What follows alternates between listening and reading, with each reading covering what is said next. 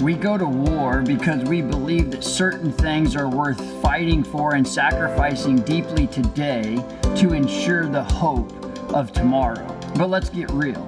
We understand that going to war in the material world, we can easily see the need for it. We can also easily see the repercussions from it. But when we're talking about going to war in the spiritual realm, it's not as easily seen. And so we can often neglect the urgency to fight for and war for the very things that God has called us to build as His kingdom people. As we consider going to war in this series, it's my hope that we will allow the Word of God to heighten the very awareness of what He has called us to, and then we as believers would respond accordingly.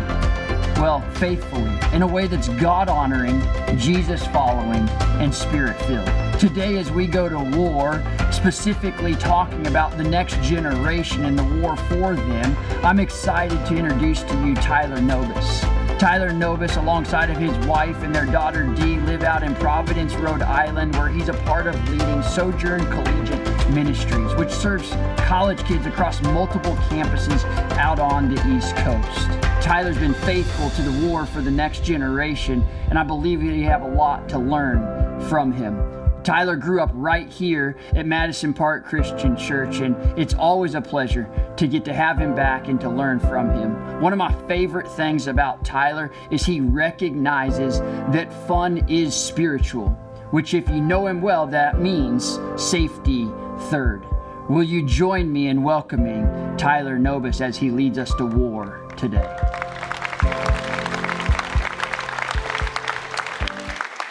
I'm excited to be here today. I wish my family was here with me, but they're back in Rhode Island, and they always love coming here, and they love to send their thanks about what you guys have done for them. And I'm just blessed. You guys have blessed me, but you've not only blessed students, but honestly, you've just blessed my family so well. So thank you. We're continuing on this war series about what are we going to go to war at as a church, and what should we care about. And before we get into that, I'm going to tell you a quick story that I found fascinating. I heard it the other day, and it just kind of blew me away. And the story is this. There was a man in 1870 that was working at a prison, and he found out that as he was working there, that 42 of the inmates, I think it was 42 inmates on this prison, all came back to the same, they all could be traced back to the same great-great-grandfather. And he saw that it was just really fascinating, like what story was this guy that 42 inmates all can be traced back to that? What were the values that they had? And so he started doing some research about this guy, and he found out that his name was Max Jukes. He is from New York. This guy was a thug. He was a womanizer. He lived this crazy life. And the stats of him over the next 5 generations that he passed down is absolutely staggering.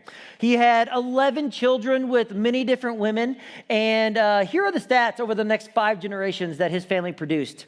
They produced 310 of his descendants died living in extreme poverty on the streets, 400 drunks, 190 prostitutes, 150 more criminals, and they produced 7 murders over 5 generations. As staggering that is, like that's just incredible. What was that like? And as staggering as that is, there was another man at the exact same time living in the exact same area that had almost about the same amount of kids. They had 12 kids, and his name was Jonathan Edwards. And Jonathan Edwards was a pastor and he's a teacher, and his 5 generations over his 12 kids that he had, these are his stats.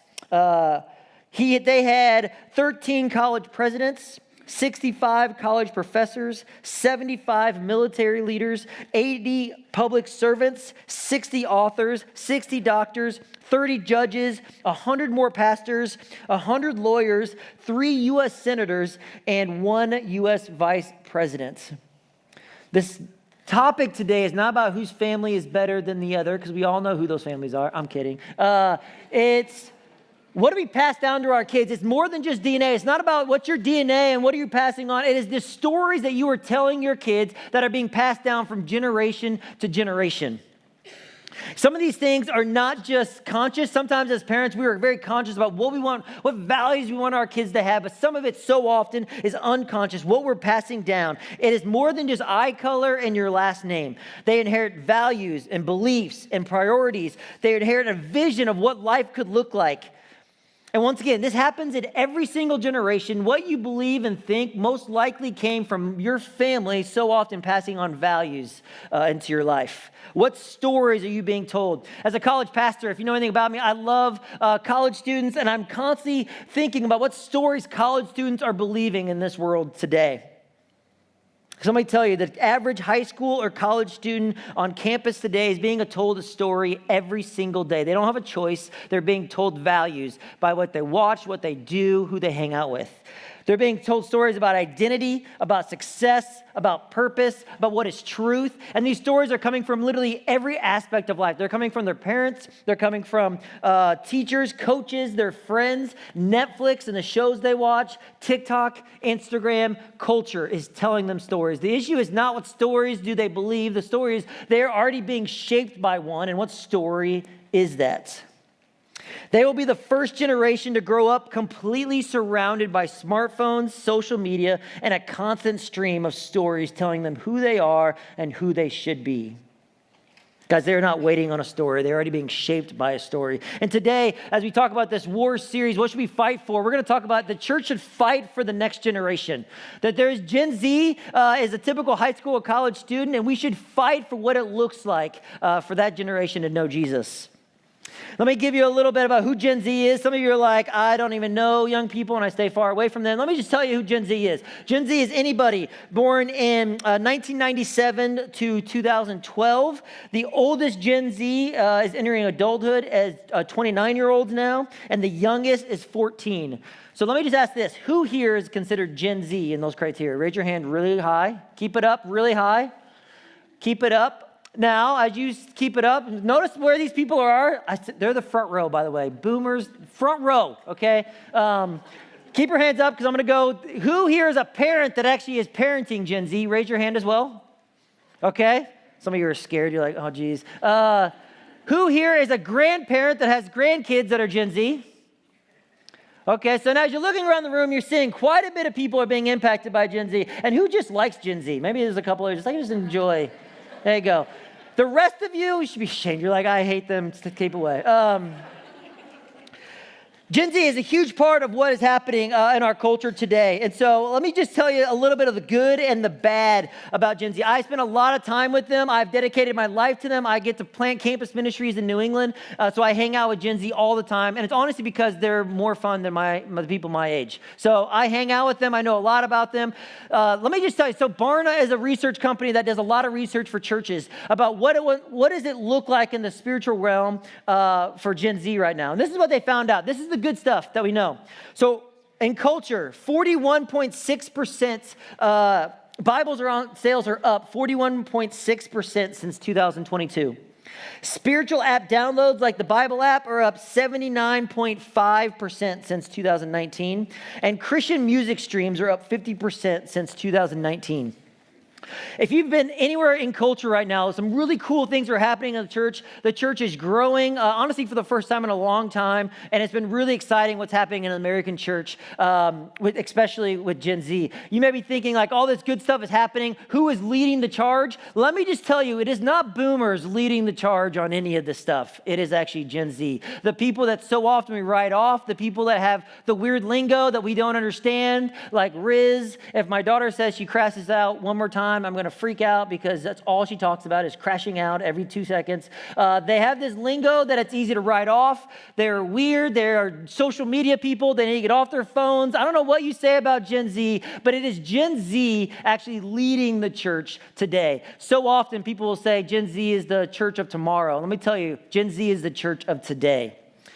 The cool thing about this, if you look at church attendance, Gen Z attends church more than any other generation on average, even over boomers. I know it's crazy. Some of you are like, we grew up in church. This is where we are at. We go to church on Wednesday. Who went to church on Wednesday night? I'm just curious.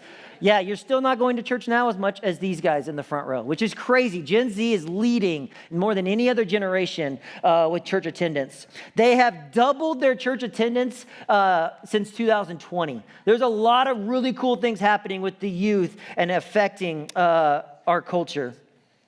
So that's some of the good things. Not only that, but honestly, things are sweeping the nation on college campuses. Sports teams are having these baptism celebrations. They say 70% of Gen Z is at least curious about who Jesus is. They are one of the most curious generations about Jesus, and they're doing incredible things on college campuses and in high school for the church. Now, that's the good stuff. There's always two sides of a coin, and let me just tell you some of the challenges that they are going to have moving forward. So as Gen Z is coming to church in pretty record numbers, which is pretty exciting, equal amount of Gen Z people are actually leaving the church, which is crazy. The media so often doesn't talk about that. They talk about the good things. But Gen Z is the least reached generation in the history of the American church.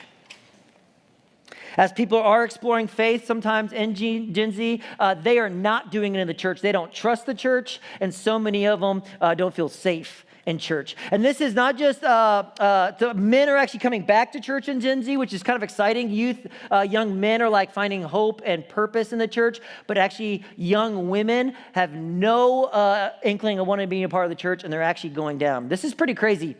Ever since they started recording these things, there's been women that have fought for reading the Bible more. They've always prayed more. They've always served in the churches more. Honestly, churches have been led in the background so often while men are on stage by women being led in all those categories. And for the first time in this generation, it is actually men that are leading that because women are leaving the church for many different reasons in our culture.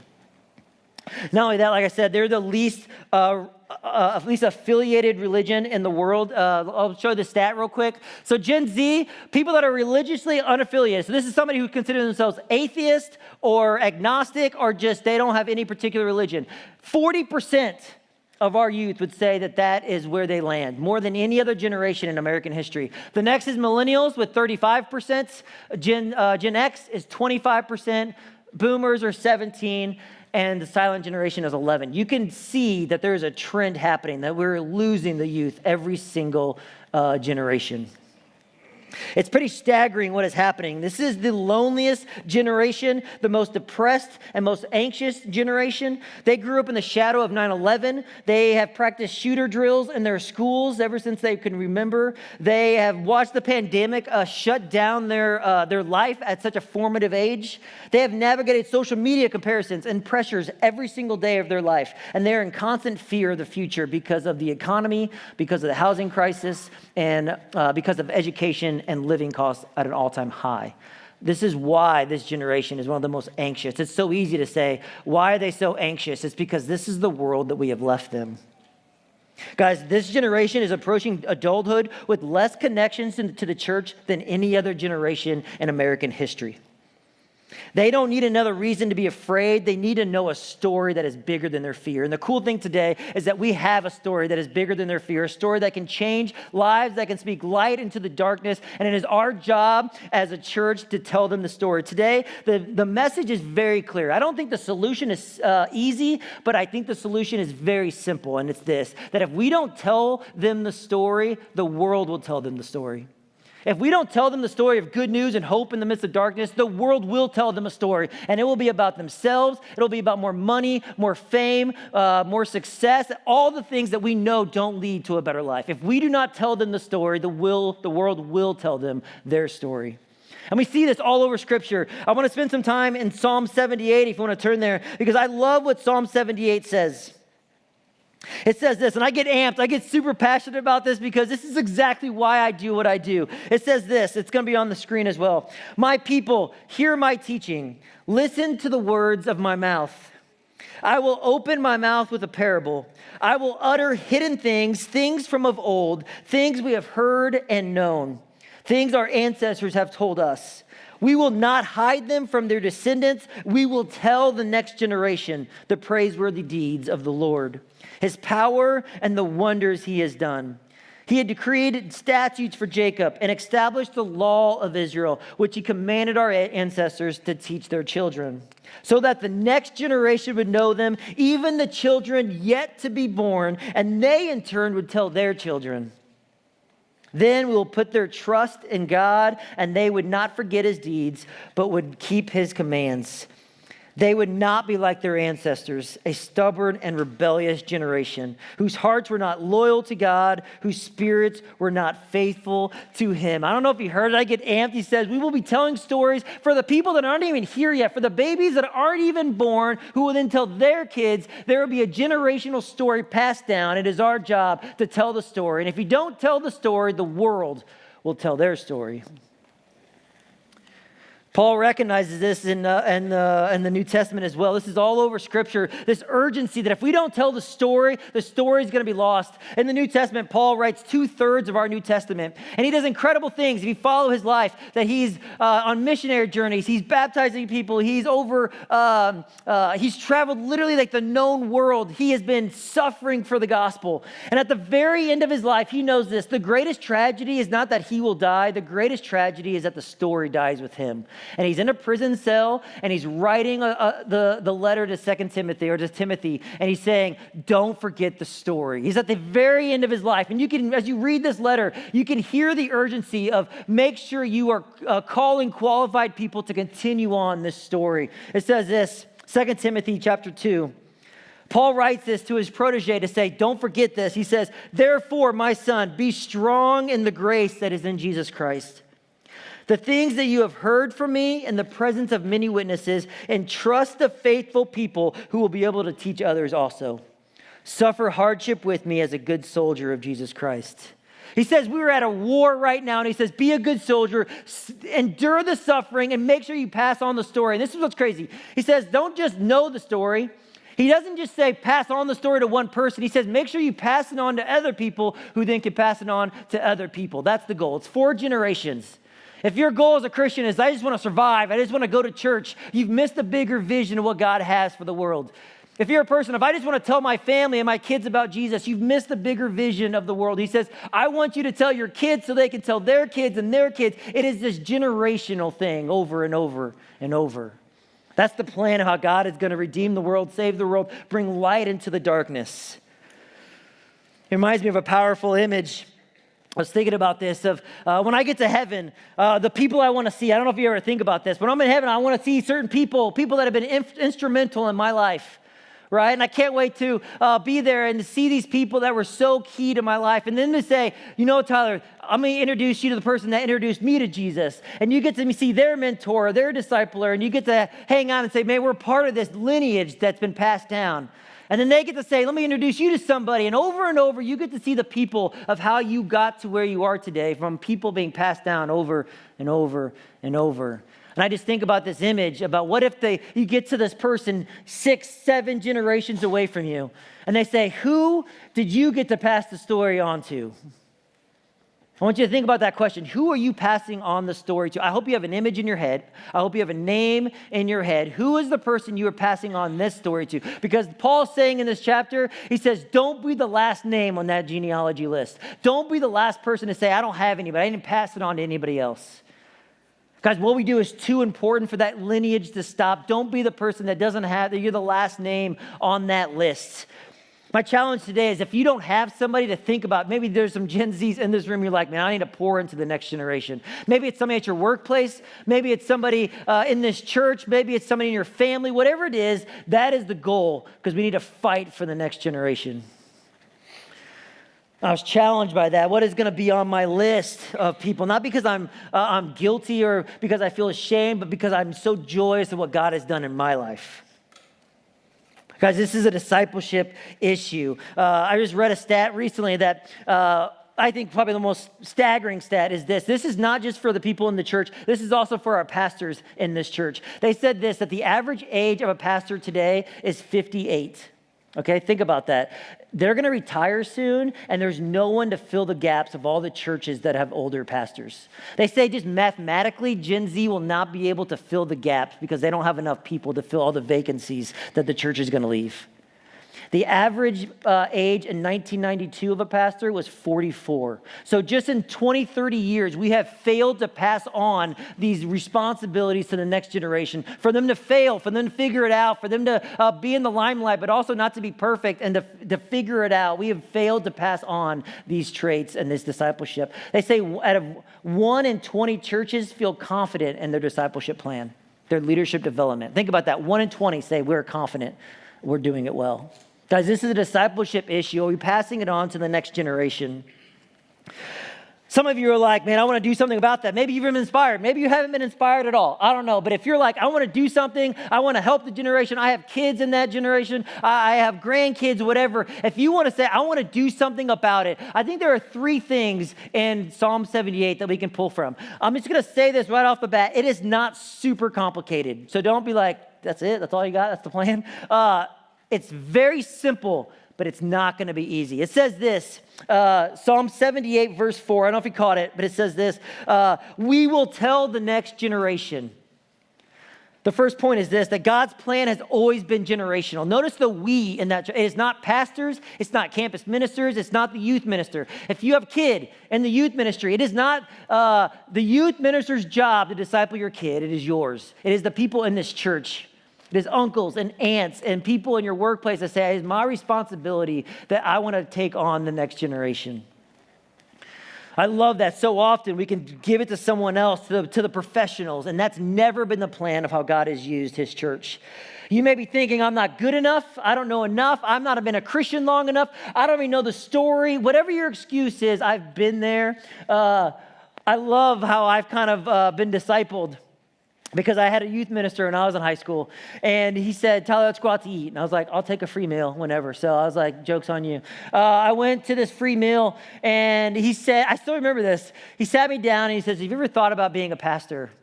And I literally laughed at him. And I was like, I would never be a pastor. Like, do you know what they say about pastors as I'm talking to my pastor? And I informed him of what people think about pastors. And I was like, that's not prestigious. Like, I get good grades. I want to go do something with my life. And can you imagine saying that to somebody? Like, I want to be somebody, bud. And I remember this, and I'm sure he literally felt like a complete failure. I'm sure he went home being like, I thought God put this on my heart to speak life into this kid. And I was one of the good ones in youth group. And he's like, man, this is so tough. This was our leader, and he's like, he doesn't want to be me at all. And the crazy part about this is that he saw something in me that I didn't see in myself until years later. 25 years later, I'm here on this stage getting to tell other people what I do, but I would have never have thought that when I was in high school. What it looks like to pour into the next generation is telling them something that they don't even see in themselves. It's speaking life into people that you have something that you may not even see or believe, and you're going to make fun of me for years, but I will say it and I will stand on the firm fact that I think God is calling you to something bigger. And it could be a teacher in a neighborhood to love kids. It could be an engineer to bring hope to a dark place. Whatever it is, it's speaking life to your kids and to their friends and to the people in your workplaces. That's what it looks like. It is your job. It is not the church's job on a stage to be a part of that plan. You will fail, and you will have, if you know anything about Gen Z, they may turn their back on you. They may have to figure things out. Just like when we were in college trying to mess up, they will mess up over and over and over. And it's you guys showing grace and showing up day after day after day. We have to be intentional. We have to pick up the phone and say, let's grab lunch. We have to pray for them as they go through the mistakes of their youth. We have to speak boldly into their life, and we have to speak things into them that they don't even see into themselves. That's what it looks like to pour into the next generation. I hope you have a name and a face in your mind right now. God never intended discipleship to be outsourced to the professionals. Number 2, I love this one. In Psalm 78, it talks about we are going to be storytellers before we're going to be strategists. I love this one because some of you are like, I don't even know how to do that. I didn't go to Bible college. I don't know the theology and the discipleship plan. The discipleship plan is for you to answer this question: what has God done in your life? If you know that answer, that's what you share. This is what God has done in my life. And if you don't know that answer, I would wrestle with that. Think about it. It could be little. It could be as little as, man, I was down and out and God gave me hope. Or it could be big. It could be a life-altering story that we sometimes love to hear. You have a story. It's simply just sharing it to the next generation.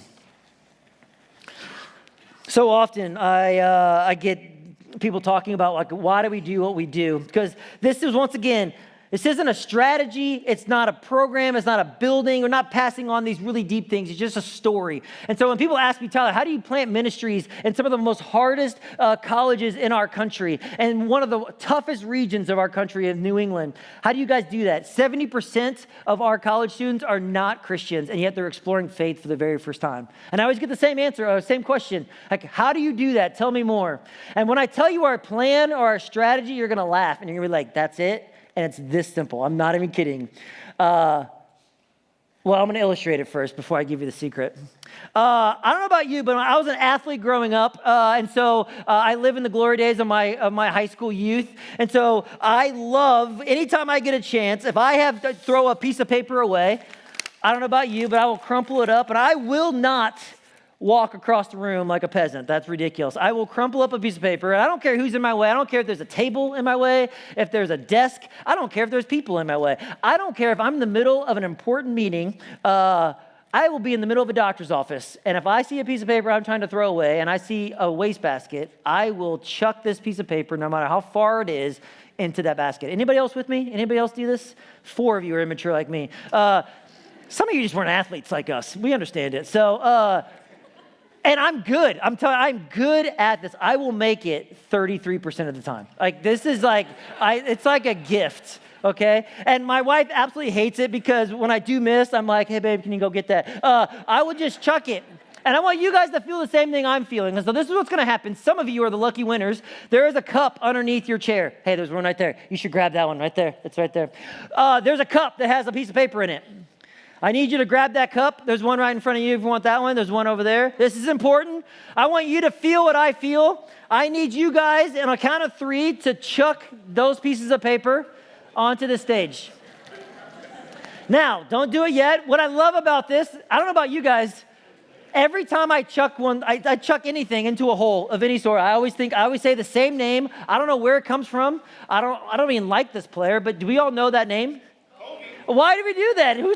No one taught you, like, he's the greatest player. You need to say Kobe. You just chuck things and say, Kobe. So if you want to yell out that name while you do this, I welcome you because it's a story that you were told and was passed down. So on the count of 3, I need you to chuck this into this waste can. Let's see who's the real athletes in here. 1. Look at all the guys stand up. Like, some of the people are like, whatever. 1, 2, 3. Oh, we got a couple hit the thing. That's bad. Oh, some of you didn't even like wound them up. You really got to make them tight, guys. You guys have clearly not done this. This is what I love about this, because all of you missed it. Every single one of you, except for me. Now, the question is this: why did I make it? Other than the fact that I'm better than all of you. But is it because I'm better than you at this sport that we like to call trash can? Is it because I trained before, which I did, before I got here? Is it because I have a plan or I have a routine, I have a training program that I've dedicated my life to? It would not take anybody. You could take a little kid. They'd be like, you made it because you're literally so much closer. You want to know how to win in discipleship? It's not a plan. It's not because you know all the information. It's not because you have trained yourself in some kind of schooling. It's because you are closer than anyone else. Proximity is the most powerful thing in discipleship you will ever have. You want to know why we reach people far from God? It's because I spend a lot of time with people far from God. And I know you're like, that's it. That is the secret. It will overcome so many of your inadequacies. If you're like, I'm not smart enough, I'm not good enough, I don't know what to do, I don't know what to say. If you are close enough with people, it will overpower so much more. If you ask a parent, who do you want to disciple your kid? A famous preacher that is phenomenal that he goes to once a year at a conference, or would you rather an average person, or maybe even a below average person, disciple your kid every single week? Who would you pick? No parent in here would say, give me the conference once a year. No one. Because we value proximity way more than we do skill. And yet so often we think we need more information or more things to disciple. You just need to be close. My question is, are you close enough with people that are Gen Z or the next generation below you that you can pass on information? Are you even close enough with those people? Or you ride them off because they don't get it, they're too stubborn, They're into their phones, whatever excuse you have, are you close enough with those people?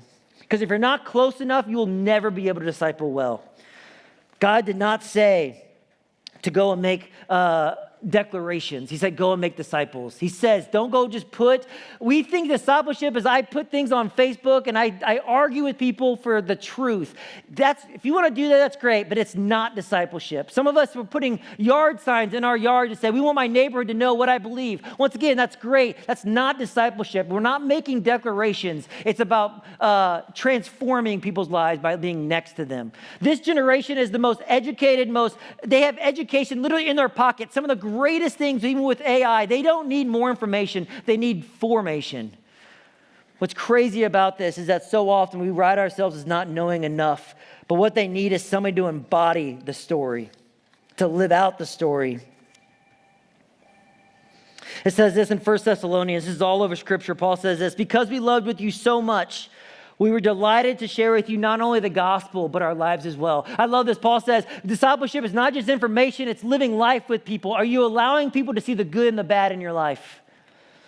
He says this in Philippians 4. He says, whatever you have learned or received or heard from me or have seen in me, he says, put it into practice, and the God of peace will be with you. He says, just being with people, they will see it. It will be even unconscious. They will be like, I want to be like that guy. I want to be like this girl. I want to be like that family that they impact people. I want you to hear this.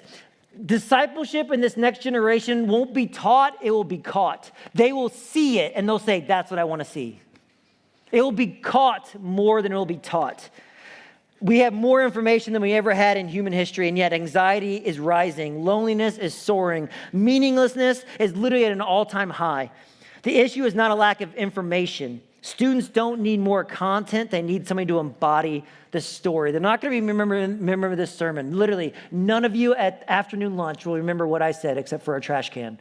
But you will remember someone sitting with you at a graduation party to celebrate you, to pray with you when you go through a breakup, to help you and give meals to you when you're struggling or someone's in the hospital. It's living life with people and then sharing the story of what God has done for you. That is it.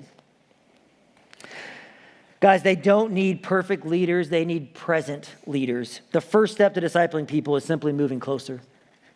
Lastly, the third step, I think, in this is that every generation is one generation away from forgetting God. Now, that's a hollowing thought, honestly. One generation away from people forgetting God. It says in our verse, it says this in verse 8, they shall not be like their ancestors who turned their back to God. That there was a generation that turned their back to God. Even in the book of Judges, think about this. If you read the Old Testament, the first 5 books are just incredible stories of God's faithfulness. I mean, you got the crossing of the Red Sea, you got the Nile River being turned to blood, like these huge miracles, and every one of us would say, if we saw that, we would be all in, right? And then you get to the book of Judges, which is an incredibly horrifying book if you've ever read it. And over in the book of Judges, there's this one line, chapter 2, verse 10 is one of them that says this, another generation grew up who neither knew the Lord nor what he had done for Israel.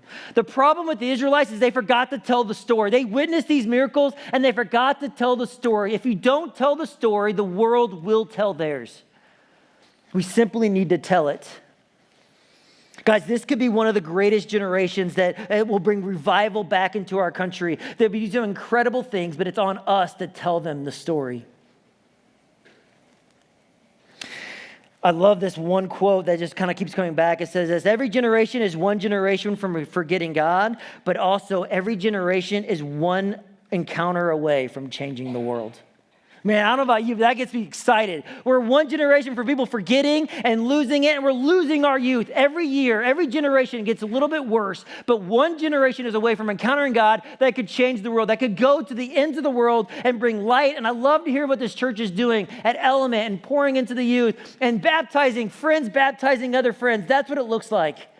This generation could do incredible things, but they're going to need you guys to encourage them, not to write them off, not to say, oh, they don't get it. They're under their phones. It's you speaking life into people and saying, I want to be a part of the process.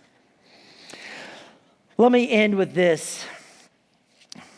I love Mark 5. It's an incredible chapter. There's a story in there. Jesus encounters a guy who's demon possessed, and these demons have just destroyed this guy's life. They throw him into fires, it says in Scripture, and he can't live a normal life, and everyone's scared of this guy in town.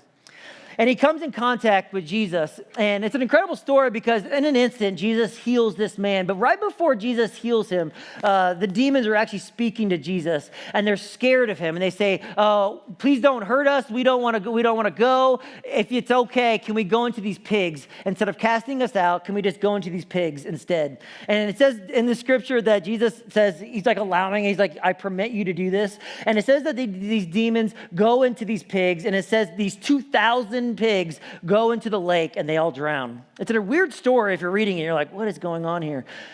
And after that, it's even weirder what happens is because this group of people in town, they actually tell Jesus, and instead of celebrating this incredible story of this guy being healed, if you know the story, they tell Jesus, we need you to leave. They're saying we're too fearful, this is too powerful, and they ask Jesus to leave the area. For them, I don't know about you, I had a farmer in here the first service, but think about this, 2,000 pigs is probably a lot of money, especially in that day, overnight just gone. The economy of the city probably tanked after that, right? And so the cost of having Jesus in town, despite what was happening and the good things happening, cost them a lot of money. And I'm sure that was a part of it, and the fear, and they were like, we just don't want this. The cost is too high, and so they tell Jesus to leave. And the other side of the story, I think, is more impactful. Because the guy who was saved, it says, goes to Jesus and pleads with Jesus to let him go. It says this in Mark 5:18.